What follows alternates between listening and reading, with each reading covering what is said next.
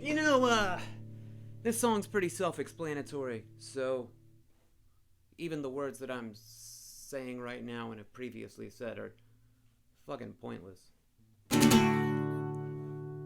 Ask some folks on social media from their point of view the difference of who they think I am versus what I actually do. And it turns out people have my number, they got me pretty figured out.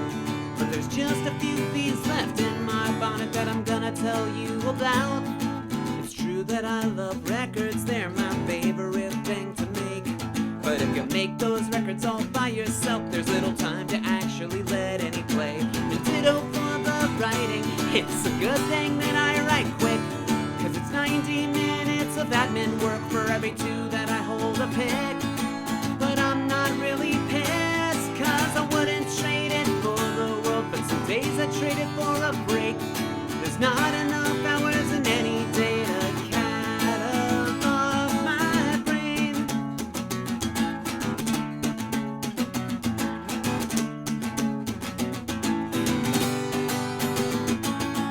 People think my loved ones are my life, and technically they're right. But we're on different schedules, my days take place at night. And then family is a bunch of phone tag. I'm like, just give me a sign. Cause it's 2 weeks of fucking scheduling to be awake at the same times. And people seem to think I'm strong, and I'm so sorry that you feel that way. The aforementioned loved ones know just how easy I break. But I stick around because of all the sorrow it might cause. To abandon those I care about if I get weak and jump off this big scary rock. And I wouldn't trade it for the world, but some days I trade it for a break. There's not enough hours in any day to catalog my brain. My brain. Hi, my name's Marc. I portray the persona Marc with a C. This is being filmed on September 12th of 2020. Looks to be the third installment of the Pocket shows. You know what I love? I loved playing intimate venues, truly. I know that some people maybe thought I was laying that on a little bit thick, but no, I really loved it. Because you know what else I love? Love. That's redundant. Stick with me. I could, from my vantage point in these small venues, especially since I played the same region so often, and then I also was lucky enough to have sort of like almost a culty type following. Nothing scary, no Jim Jones stuff or anything, but it was, you know, recurring attendees. So what I could see was people who had come to the shows individually. I could see them meet while I was on stage. I could see if it was going well because they'd never see the end of the show. And I could see if it was going badly because then they'd retreat back to their corners. And then there were also these uncomfortable times where the couple would break up and you knew it. And you were, again, just kind of stuck in the middle. Couldn't really react, but you knew it was going on because it was in your line of sight. So now that they've broken up, one of the members of the couple sitting way over there, and one of the ex-couple members, is sitting way over there, except that one, they've brought their new love interest, but they're not really a love interest, they're more like a rebound, and they've merely brought them to the show, just to see what the other one will do. This one over here, giving the other one side-eye, while this one does the same to see the reaction. The side-eye looks like jealousy to this party. To this party, they think they've pulled one over. Over here, this party is going, my God, how fucking dumb do you think I am? Rinse, repeat, especially when they befriend you on social media, because then you end up actually watching the drama go down. I wrote a song about this phenomenon because one of the ways that it would happen at Marc with a C shows the most often when I was writing this song, it was a lot of teenagers doing this. So it was like I was reliving teenage heartbreak over and over and over, but kind of had to keep it to myself. So I wrote a song about it so I could have an outlet. It's written sort of an amalgamation of a lot of those experiences, at least what I gleaned of what people were going through. And a few things that were told to me specifically. about things, because that's a weird part of being a performer. Sometimes people will just tell you shit that they will not tell other people. I don't know. Anyways, this song's called Ex-Neanderthal. We don't have to tell the world we said goodbye. If anybody asks, then we'll just lie. But you can keep the mixtapes that I made. You always had such bad taste anyway. When the world browbeats your eyelids, I won't be there. And I won't answer my cell phone if you should call. Nobody marries their high school honey, so now I'll be your ex-Neanderthal. The problem isn't you, the problem's me. But as of now, there's no such thing as we. So you're free to spend your time on other guys. This broken heart is now unoccupied. So when the world browbeats your eyelids, I won't be there. And I won't answer my cell phone if you should call. Nobody marries their high school honey, so I'll just be your ex-Neanderthal. And when the next one leaves because you won't put out, and when you first get sick on too much alcohol, I'll be carefree, and then I'll grow out a goatee. 'Cause now I'm just your ex-Neanderthal.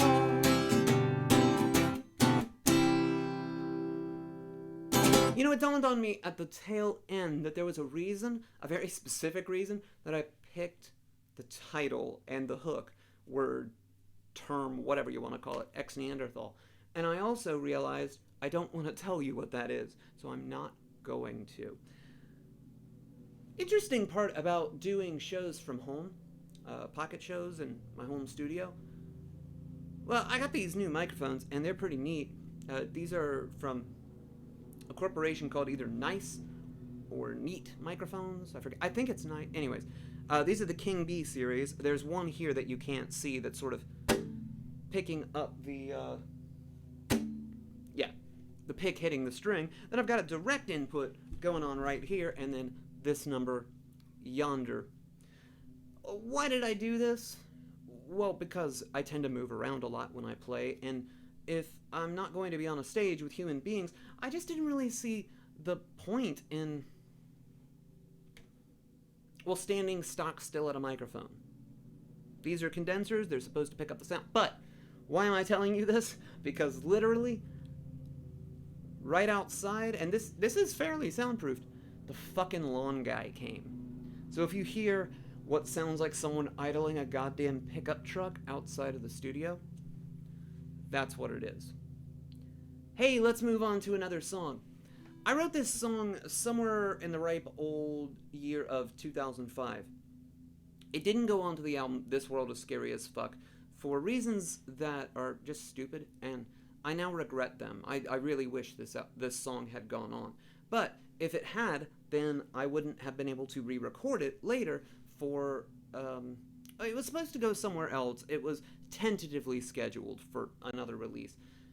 Needle Juice Records, who are pretty much about my favorite current going label. I mean, everything they do, even if it's not totally my jam, I'm like, that is so rad, I'm so happy that exists. And I love the way that they treat their artists. They were putting together a compilation to benefit the NAACP Legal Defense Fund.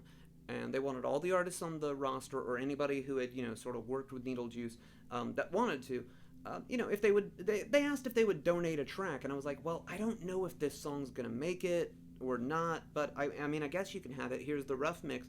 I sent it their way, and they were like, this is the one we want. So I gave it a fresh spit shine, and so the good news is that it's out there, and it's fairly easy to access. It's on cassette, CD, I'm sure somewhere digitally. The bad part is that it kind of doesn't really get to enter the official Marc with a C canon. I'd tell you what the song was about and inspired by, but it would take far longer than everything I just told you.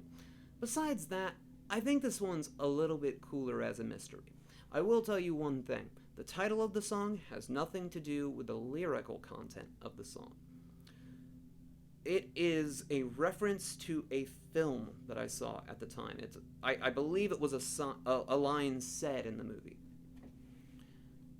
If you know that and can somehow prove that you did not look that up, you know what I will give you? Points. This song is called Tired Old Dick Sucker Review.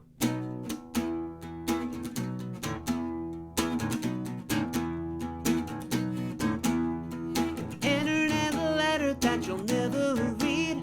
A lonely rally where the good girls meet. A day where people have greasy hair and stonewashed denim that we can share. It sounds like somebody is in my car. It smells like they're warming up caviar. The room's unlocked, so I break in. If you want the money, then take it on your chin.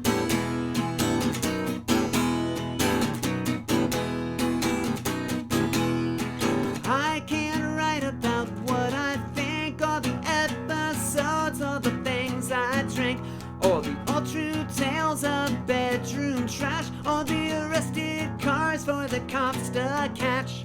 It sounds like somebody is in my car.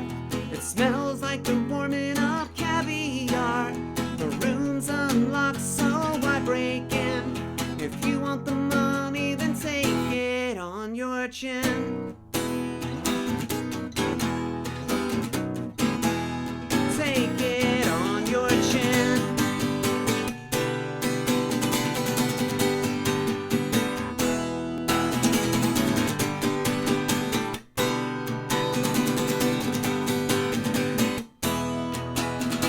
Believe in me like you believe in God. Don't marry me, go out and marry Rob. I'll throw my shoe to turn the radio off, to stop this next episode from coming on. But it sounds like somebody is in my car, and it smells like they're warming up caviar. My room's unlocked, so I break in. If you want the money, then take it on your chin.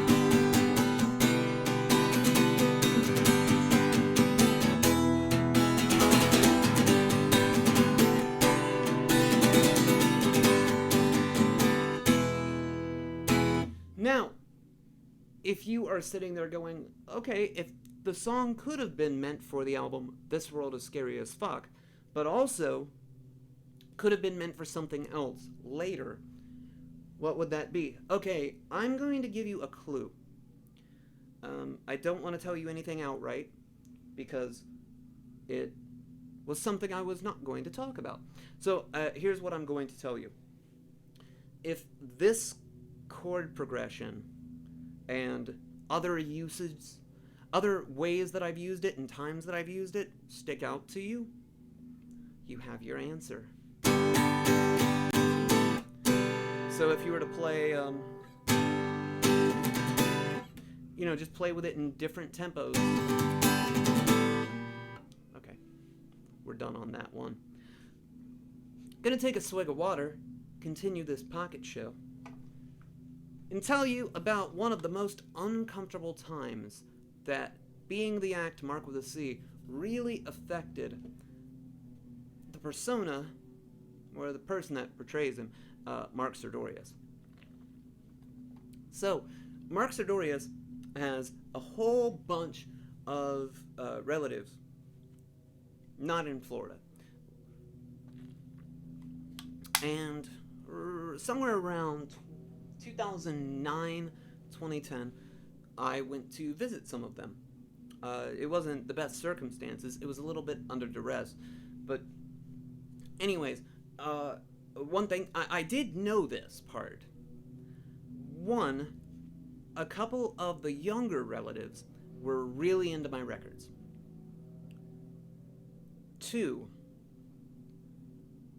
those relatives knew what I did for a living. That what my job was. I was Marc with a C. So, putting the two together, I was asked, hey, would you do a little show for these blood relatives, right? And I thought, oh, sure, I'm sure I can come up with something. Then, I got placed on the spot where, one, I didn't have a capo. All right, I don't use a capo so much as a cheater bar. I tend to use it more for tonal changes on the guitar. Yes, sometimes it's helpful, like on a bad throat day where I can move it to a different key or something. Sure, that absolutely exists. I wouldn't pretend that it doesn't. But I was severely limited in what could be played, because I was borrowing a guitar from one of the younger relatives that I was just referring to. And the younger relatives were very clear in what songs they wanted to hear, because then I was like, wait, now that we've taken away this song, this song, this song, and this song that I just can't do, even with, a knife stuck to my temple, if it's the last thing, I just can't. I have no time to prepare this.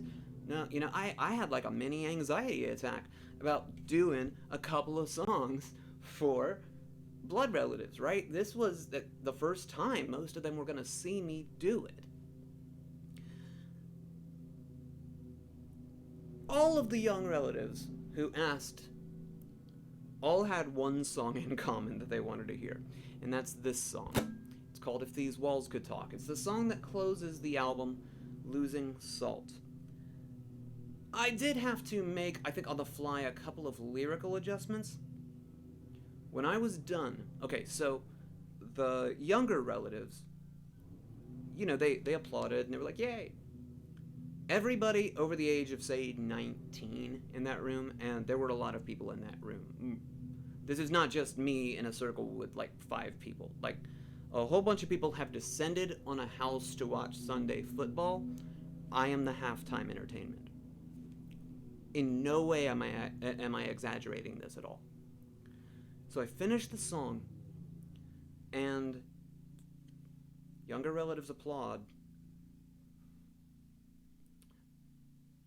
Older relatives look at me in complete horror. One of them mumbles, I knew he wasn't right. Something like that, I'm paraphrasing. If you don't believe this, my wife was there. She can back me up. And then, this is the best part. The youngest person in the room was about 5 years old. He did not applaud, nor did he make a sour face about me having performed. He merely made his feelings known. He looked at his parental unit and said, can we just watch the halftime game instead? And I agreed with him at that very moment. I'm like, yeah, can we? I didn't get off the hook. I think I had to play like a whole 20 more minutes. But, time takes away exactly what happened. I've said this before, and I'll say it again. There is no such thing as memory. There is only now, the way that now imprints on your brain, and then the decay of now. So there's a good chance I'm remembering it wrong, and even if you were to ask my wife, hey, did that actually happen? And if not, what really happened? It might be close, or hell, she might remember it wrong. Either way, this song is built out of shit I misremembered. It's called, once again, If These Walls Could Talk, they'd probably have nothing to say.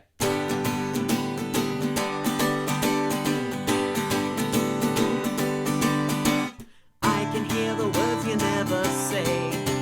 You can hear me never taking blame. The laundry's in the washer, the beer is in the fridge. The cleaning up does not include admitting what you did. I'm chewing on this pen and spitting out the pieces of plastic accumulating in my mouth.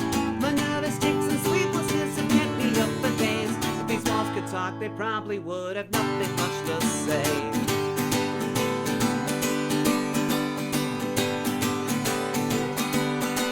So I'm sweating to the point of losing salt. My head is a receptacle for secrets and insults. Your mother is an atheist, she's alive a day. She hides behind opinions, but we all want to get paid. I'm chewing on this pen and spitting out the pieces of plastic accumulating in my mouth. My nervous tics and sleeplessness have kept me up for days. If these walls could talk, they probably would have nothing much to say.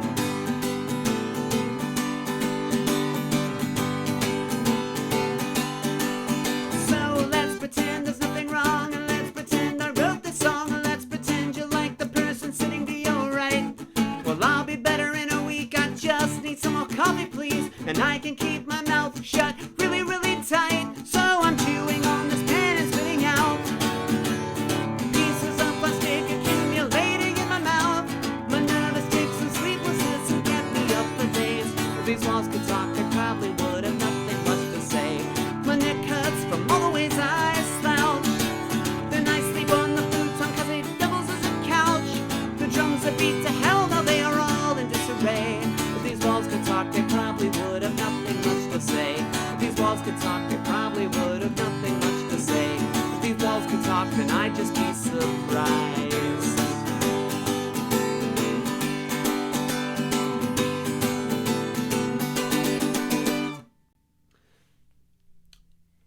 The song is normally done in the following key.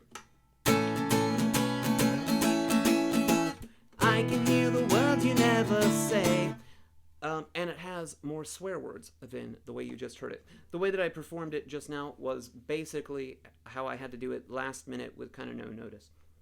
It was the first thing that came out of me. So for consistency's sake, and so the story would hopefully land with you, assuming you have already heard the song and are somewhat familiar with it. There you go. You got a little bit. Just a little bit of an insight. Oh, there's one other thing about that. I pretty much never play music sitting down. I mean, unless I'm like doing a drum track or something, but mostly I just don't. It doesn't feel right. It doesn't move me. There's a couple things that are easier to do in recording if you sit, but for the most part, I don't play guitar and sing sitting down. And the person who had lent me the guitar that day did not bring a strap, or they brought a strap and it simply didn't have pegs for it, but it was like a stupidly nice guitar. Well, thanks for coming to Marc Tries to Remember a whole bunch of stuff about the one time he played If These Walls Could Talk for the people who wanted to hear it the absolute least. Boy, do I appreciate you. Hey, if you like what I do or make up or you're interested in it, I'm probably still running patreon.com/Marc with a C, and probably that's about the only place you can currently interact with the guy that portrays me. That's pretty likely, and there's probably live shows that you can take part in over there. But past that, there are also records, compact discs, other shit. It can all be bought at marcwithac.com, including the book, maybe it'll be good, the box set, maybe it'll be good, and in case you get real crazy, you can order the DVD physical copy of the film The Obscurity Show, which, if I gotta be remembered, that'll do. I like it just fine, and I like you just fine. Most likely. I have no idea who's going to see this. And I say this every time. I don't really have any idea when you're going to see it. I just hope that it lands with you pretty well. So, let's see. I did jot down the songs that I'm going to play, but I can't see them. I put them just out of my vision range. These glasses aren't as magical as they may appear. So I do have to lean in to figure out what the hell it was, because I just did that whole set list from memory, and I knew it was out of order. Oh, this one's fun. So here's a little bit of trivia. One of the things that occurs, or went down for a lot of Marc with a C records over the years, was right at the tail end of finishing something, I would come up with the thing that absolutely should have been on it. I always believed that this song, though it fit very well where it ended up, and I wouldn't change it now, I felt at the time that this song really needed to be on the album Pop, Pop, Pop. It just wasn't totally completed in time. There's an extra thing that isn't known about this, and that is the song's called Goodnight, Miss Oliver. It's a motherfucker for me to sing. I mean, truly, the song's a motherfucker. I hope I do it okay. If I don't, whatever I end up doing here, it'll just be immortalized forever. That's the spirit of what I do, how I do it, and how I deliver it to you.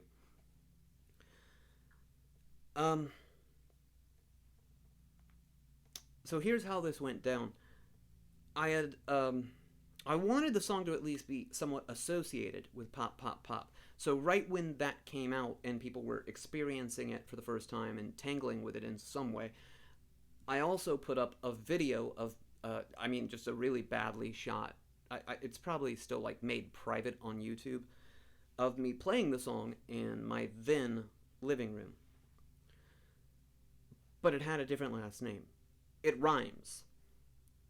I'm not going to tell you what it is, because the person who was directly referred to in this song, this is one of the most direct things I have ever written. And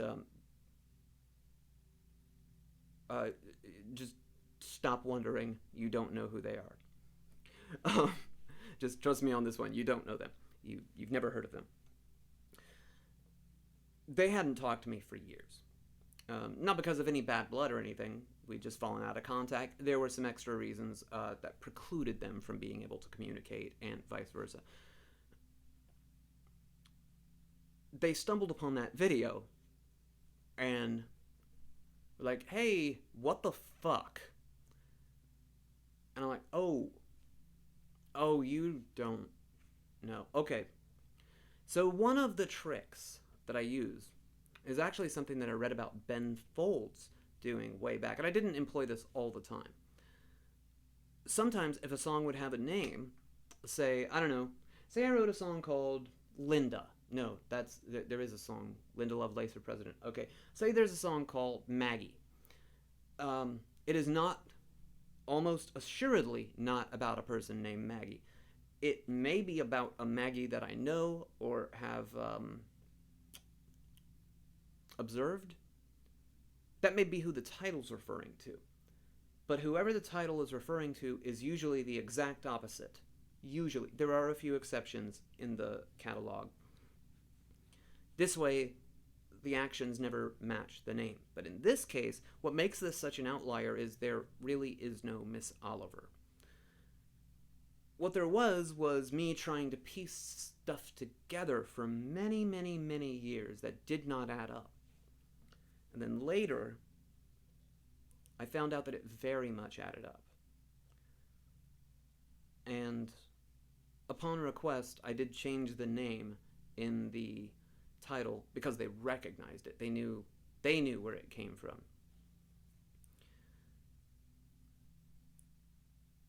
I didn't want to make them feel bad because the song kind of seemed like it was calling them out. So, to that person who very likely may watch this, I never meant to cause you any undue stress. It was not my intent. And if it were, I would have put your actual name in the song. Not the name that I changed, not the name that we ended up with. Instead, it's Miss Oliver because we're referring to Jenny Oliver from the 10-song music story, Motherfuckers Be Bullshittin'. Jenny Oliver is not a real person, though there was a real Jenny. You can go as deep as you want in this stuff, and there will always be another layer. I'm Marc with a C. I hope you're having fun decoding what I've done over the years, and this is Goodnight, Miss Oliver, and I bid you good night.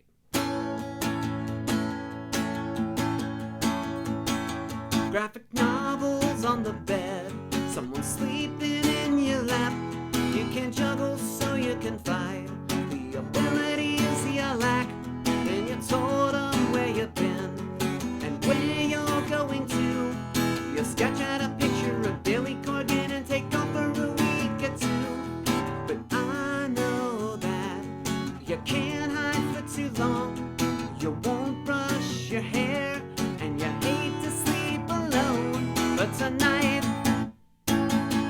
tonight. You've got instant messenger. Good night, Miss Oliver, wherever you may lie. Since you got knocked up, I hope it's all going alright. You can live vicariously through someone else, instead of taking off as soon as you can be yourself. Now I remember the stories of what your father did, and other tales that kept changing when you didn't like the end.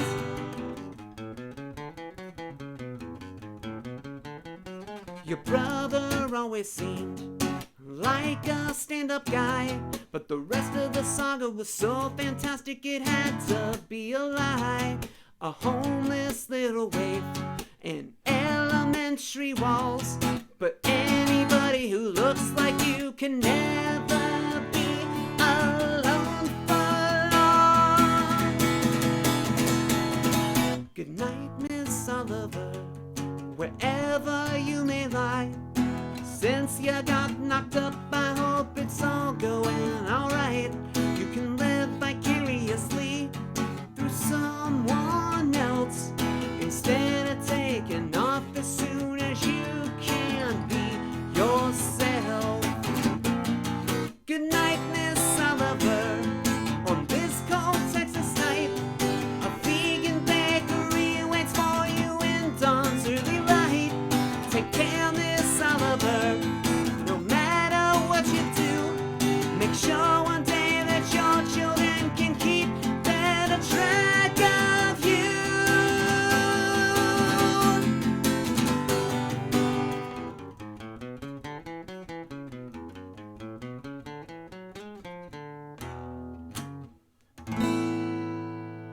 Two bad notes out of all the rest. Ain't that bad.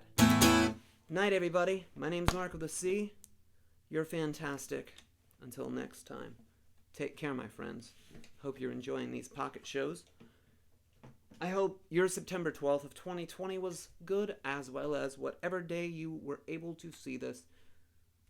And now, as always, your regularly scheduled awkward walk to the camera. Night all.